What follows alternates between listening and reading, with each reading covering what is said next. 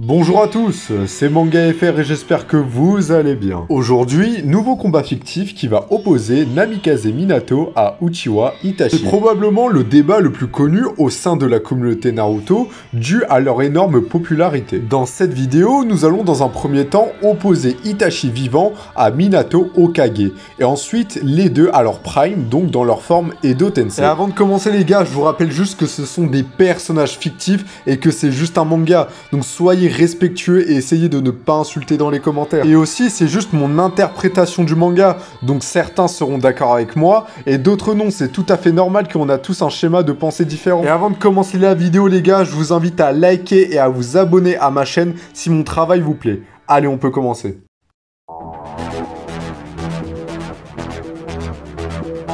Donc comme dit précédemment, nous allons prendre Itachi au sein de l'Akatsuki, plus précisément celui dans Shippuden, et Minato durant sa période de Hokage. Et malheureusement, ça sera un combat sans aucun scénario, comme il n'y a aucun moyen de faire affronter les deux personnages scénaristiquement par cohérence. Mais bon, cela n'empêche rien qu'on peut avoir un combat super intéressant. Je vais pas me faire l'affront de vous présenter leurs techniques, car je pense que vous les connaissez déjà. Mais pour ceux qui veulent plus d'infos, j'ai déjà fait une vidéo sur Itachi. Le point qui va être le plus important durant ce combat sera la vitesse et plus concrètement la capacité de Itachi à pouvoir toucher Minato. Car en effet, beaucoup de monde pense que Itachi n'est pas assez rapide pour toucher Minato ou même anticiper ses attaques, donc nous allons voir si c'est vraiment le cas. Déjà, en termes de vitesse, Minato est considéré comme le shinobi le plus rapide de l'histoire et pouvait esquiver aisément une attaque du Raikage à bout portant. Minato est certes très rapide, mais il est montré dans le manga que Naruto KSM1 possède une vitesse et un temps de réaction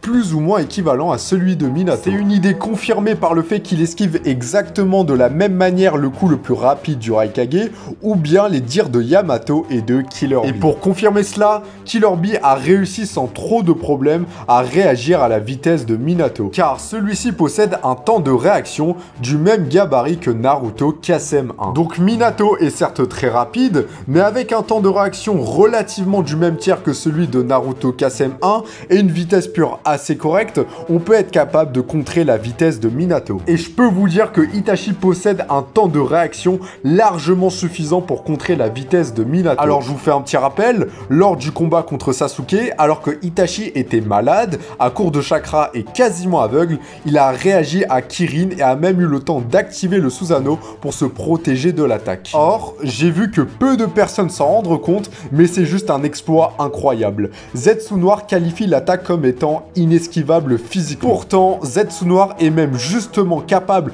de totalement prendre de vitesse Minato et même esquiver une attaque de Minato mode Kurama. Donc la vitesse de Kirin est même supérieure à Minato mode Kurama, qui est largement plus rapide que Minato forme de base. Et pour confirmer que Itachi pourrait facilement contrer la vitesse de Minato, en Edo Tensei, le mec est capable de rivaliser en vitesse avec Naruto KSM1, alors que celui-ci n'a même pas activé son Mangekyo Sharingan. Et je profite aussi pour faire un petit aparté, mais en termes de capacité physique, Itachi Edo Tensei et Itachi vivant sont relativement dans le même tiers. Car certes, Itachi Edo Tensei est plus fort que Itachi vivant, mais c'est surtout grâce au fait qu'il n'a plus aucun problème de chakra. Et même en termes de capacité physique, Itachi vivant pourrait être même plus fort que Itachi Edo. Car tout simplement, comme le dit Tobirama, l'Edo Tensei nerfe légèrement les capacités, et encore une fois contre Naruto KSM1, Itachi n'a même pas activé son Mangekyo Sharingan. Tout ça pour dire que Itachi est plus qu'équipé pour contrer la vitesse de Minato. Et en plus de cela, Minato tombe contre un adversaire qui peut totalement contrer son style de combat.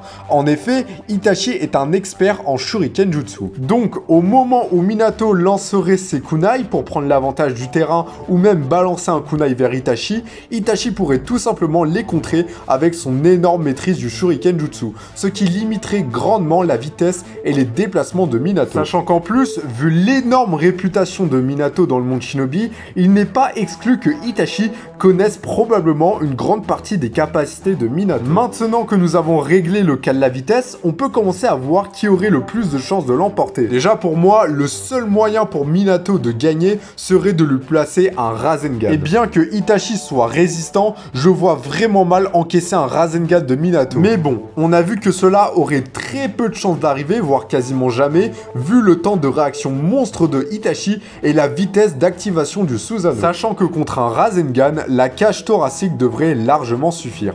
Car je rappelle que Edo Madara, juste avec une cage thoracique, a contré un Odama Rasengan de Naruto, et ce sans aucune égratignure. Et le fait que Itachi ne sorte que la cage thoracique est vraiment un gros plus, vu sa réserve de chakra assez faible. Mais même avec une faible réserve de chakra comparée à celle de Minato, les techniques de Itachi sont juste fatales, et nous allons voir quelle technique de Itachi pourrait toucher Minato. Et on commence avec les genjutsu en général. Beaucoup me diront que Minato connaît le Sharingan, donc il baisserait le regard. Alors déjà, même si Minato connaît un minimum le Sharingan, celui-ci n'en a pas une connaissance absolue. Et pour le fait que celui-ci baisserait le regard, déjà ça le désavantagerait et le limiterait énormément, vu qu'il ne s'est jamais entraîné pour contrer le Sharingan comme Guy. Car Guy, lui, s'est entraîné à contrer le Sharingan pour juste se battre avec Kakashi, alors que Minato, lui, a juste aucune raison de le faire, car les Uchiwa sont juste ses alliés. Et même, par exemple, contre Obito, celui-ci ne baissait absolument pas le regard, alors que celui-ci était en possession d'un Sharingan. Et même si Minato baisse le regard, ce qui, comme on a dit, le limiterait énormément, un mec comme Naruto qui s'est entraîné à contrer le Genjutsu avec Jiraiya, et donc ne pas regarder une personne avec le Sharingan dans les yeux, celui-ci s'est fait avoir 2 fois par Itachi. En effet, Itachi peut même lancer des Genjutsu avec ses doigts ou même avec ses corbeaux. Et je rappelle que même les Genjutsu de Itachi, hors les arcanes lunaires, sont juste dévastateurs. Car ils ont quand même réussi à mettre en PLS un mec comme Orochimaru. Et même Naruto qui s'est entraîné à contrer le Sharingan n'arrivait pas à sortir du Genjutsu de Itachi, donc le fait que Itachi pourrait mettre sous Genjutsu Minato est extrêmement probable, après tout ce qu'on a vu. Après, il ne faut pas enterrer Minato trop vite, car Minato doit avoir probablement une certaine résistance au Genjutsu. Je vous rappelle qu'il a rompu le Genjutsu de Obito sur Kubi, donc ça se pose là. Donc, on ne sait pas trop s'il pourrait résister ou se rendre compte qu'il est dans un Genjutsu de Itachi 3 Tomoe, mais si Minato se prend les arcanes lunaires, il n'aurait aucun moyen de le contrer, car il faut le Mangekyo Sharingan, et pour ceux qui me disent que Sasuke a réussi à le contrer, je n'ai pas besoin de vous rappeler que Itachi n'était pas à fond donc Osef. Donc, Minato aurait de grandes chances de se prendre les arcanes lunaires, et même si Minato baisse le regard, même si c'est improbable, il est dit dans les romans que Itachi peut lancer un Genjutsu sur sa cible sans même que l'ennemi le regarde forcément dans les yeux, mais que lui le regarde dans les yeux. Donc cela ne changerait pas grand chose. Donc pour la partie Genjutsu, Minato aurait malheureusement très peu de chances de s'en sortir. Et on sait que Itachi a l'habitude de lancer ses Genjutsu en début de combat, donc il pourrait même conclure le combat dès le début. Et pour finir, nous avons Amaterasu et le Susanoo. Donc déjà pour le Susanoo, je vois très mal Itachi sortir un Susanoo complet contre Minato, car tout simplement, même Minato ne possède aucune technique pour juste casser la cage thoracique. Donc le fait que Itachi déploie le Susanoo complet contre Minato aurait très peu de chances d'arriver. Hormis si Minato activerait le mode ermite.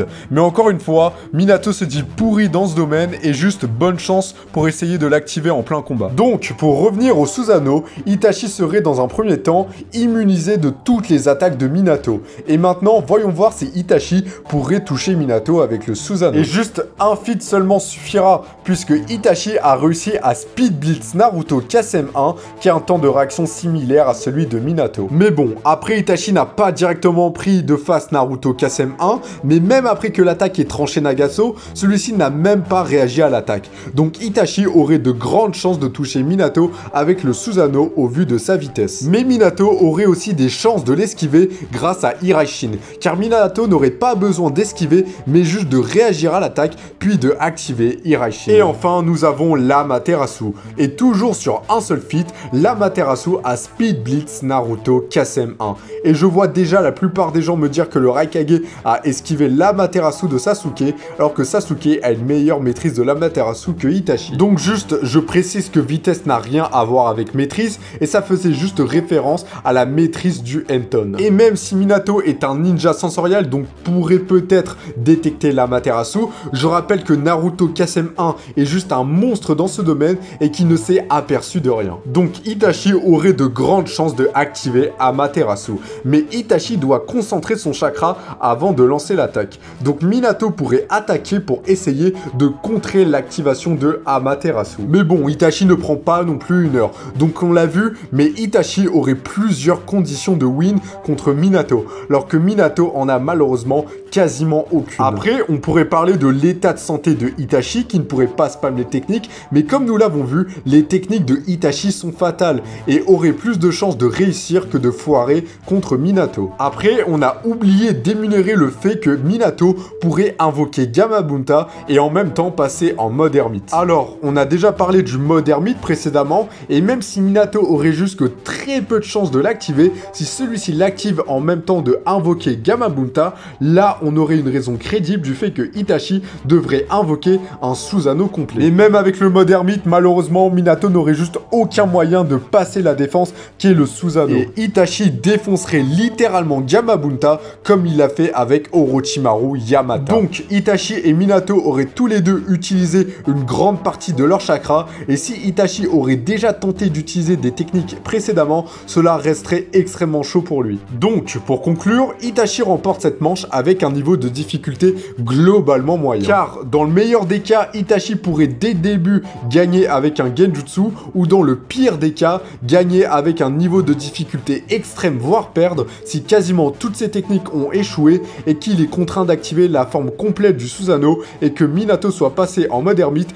et invoquer Gamabunta. Ce qui bien évidemment a très peu de chances d'arriver, je vous le confirme. Sachant que beaucoup vont me sortir l'intelligence de Minato, mais je rappelle que les techniques de Itachi sont fatales et que si Itachi foire une technique, franchement je le vois mal recommencer. Et j'ai aussi pas besoin de vous dire que Itachi est juste un monstre dans ce domaine, sachant que Minato lui ne possède que 2 techniques principales facilement exploitables. Aussi, il me semble important de rappeler que Minato s'est fait surpasser par Naruto mode ermite. Mais pour ceux qui ne sont pas d'accord avec cela, le manga nous montre aussi que Naruto KSM1 a surpassé Minato. Sachant que Naruto KSM1 est relativement du même niveau que Sasuke Mangekyo Sharingan, comme c'est confirmé par Naruto lui-même, et Sasuke ne dépassera que Itachi lorsque celui-ci éveillera son éternel Mangekyo Sharingan. Donc même sur le plan scénaristique, Itachi est montré supérieur à Minato.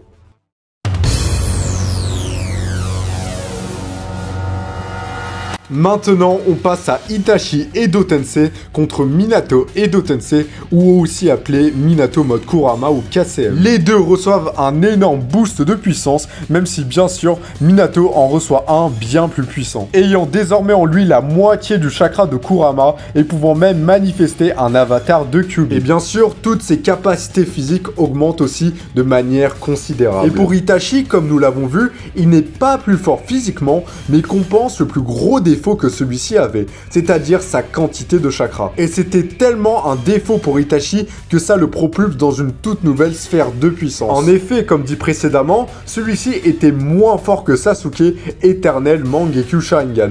Mais en Edo Tensei, durant le combat contre Kabuto, il est montré un cran au-dessus de Sasuke, éternel Mangekyo Sharingan, même si les deux sont globalement dans le même tiers. Et d'ailleurs, Minato KSM devrait être lui aussi dans ce tiers, car comme montré durant la guerre, Sasuke éternel Mangekyo Sharingan est montré comme étant beaucoup plus fort que Naruto KSM 1, mais beaucoup moins fort que Naruto KSM 2, couplé au Senjutsu. Et globalement, il se situe dans le même tiers que Naruto KSM 2, comme c'est le cas d'ailleurs pour Minato. Alors certes, Minato est confirmé comme étant moins fort que ce Naruto, mais largement comparable. Donc cette fois-ci, Minato se situe environ dans le même tiers que Itachi et Edo Tensei. Maintenant, nous pouvons passer au combat. Cette fois-ci, l'Amaterasu de Itachi ne servira quasiment à rien à cause du manteau de chakra de Minato KSM qui pourrait juste décoller l'Amaterasu en séparant une partie du manteau. Et on va juste s'arrêter 2 secondes sur le Genjutsu, mais plus particulièrement sur les arcanes lunaires de Itachi. Beaucoup de gens pensent que les arcanes lunaires ne fonctionneraient pas contre Minato KSM, car celui-ci possède Kurama qui pourrait le réveiller.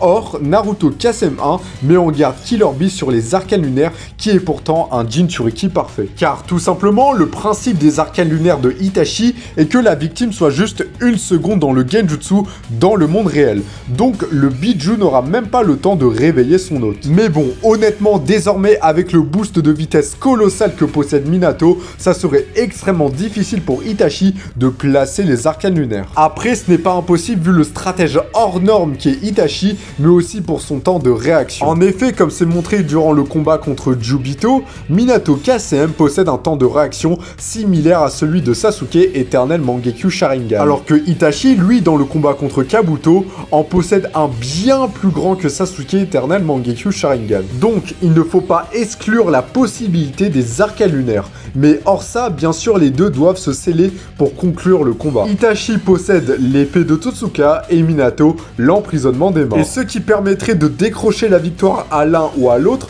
ça serait de blesser l'adversaire et avant que celui-ci ne se régénère, de le sceller. Donc, au bout d'un moment, Itachi éveillerait son Susanoo et Minato son mode Biju. Et là, on ne sait pas concrètement si Minato maîtrise le Bijudama, même si quelques éléments du manga nous fait penser qu'il le maîtrise. Mais pour être simple, on va partir du principe qu'il le maîtrise. Et le Bijudama, et plus particulièrement celui de Kurama, est extrêmement puissant, car il a réussi à rivaliser avec l'orbe de 5 démons à queue. Mais contre le Susanoo de Itachi, déjà c'est un Susanoo avec une armure, donc extrêmement résistant, mais en plus de cela, Itachi possède le miroir de Yatta, qui pourrait probablement contrer les Bijudama. Cependant, dans le combat opposant le Susanoo et l'avatar Kurama, Minato aurait grandement l'avantage grâce à sa taille. Mais malheureusement, Minato aurait bien du mal à détruire le Susanoo de Itachi, et Itachi, lui, aurait bien du mal à toucher directement Minato avec Totsuka. Sauf que Itachi n'a pas que cela en réserve. Il pourrait utiliser cette fois l'Amaterasu sur l'avatar entier, ce qui forcerait Minato à s'en retirer. Ou bien alors, comme nous l'avons vu précédemment, de essayer d'avoir Minato avec les arcanes lunaires. Donc là, vous l'avez vu, mais ce serait vraiment ultra serré. Et pour moi, ce serait du 50-50. Donc c'est à vous de choisir le vainqueur. Donc, pour conclure sur les deux combats, Itachi l'emporte avec un niveau de difficulté élevé au global. Alors, beaucoup de gens vont me dire que je sous-estime Minato et que je surestime Itachi, mais comme dit au tout début, je ne fais que montrer les preuves du manga et ensuite les applique avec mon interprétation. Donc c'est tout à fait normal si vous n'êtes pas d'accord avec moi. Et par exemple, je peux tout à fait comprendre que Minato KCM l'emporte face à Itachi Edo, vu que le boost de Minato est beaucoup plus impressionnant que celui de Itachi.